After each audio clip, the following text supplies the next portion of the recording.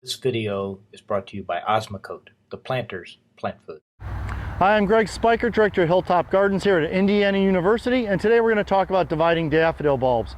And why would you need to do that when sometimes they're only 25 or 50 cents a piece? Because new varieties with the pinks and reds and some really cool ones are up to $50 to $105 a bulb. So that's not the kind we normally buy, but if someone gives them to them, I want to make sure I make them go as far as I can. But even your inexpensive ones need to be divided every now and then, so we're going to show you how to do that.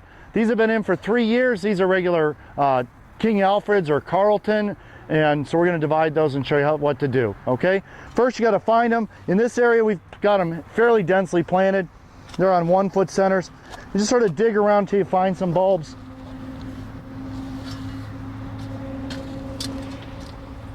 And there's some. Try not to cut through them. There you go. So now we got our bulbs up. I'll show you how to divide them.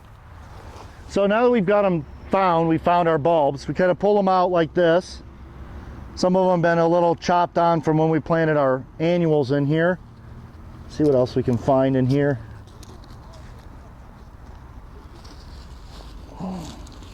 Here's some. Here's some.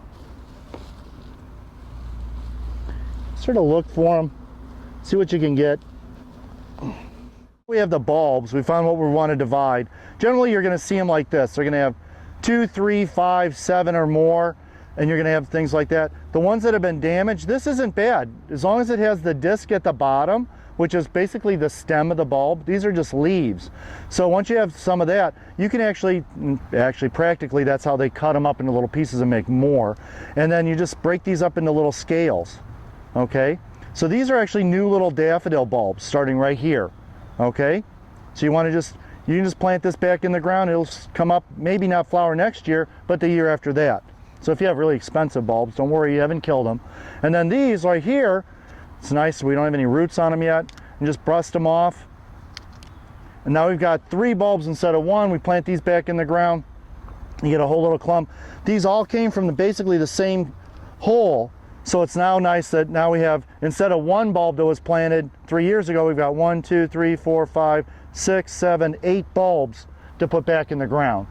So that's an 800% increase. So if you're going to buy a bulb and it's going to be like $20 or $30, you want to treat yourself, do it, because you know in a few years you're going to have more than enough to deal with.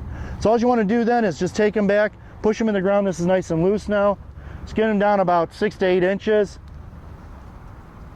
Space them out.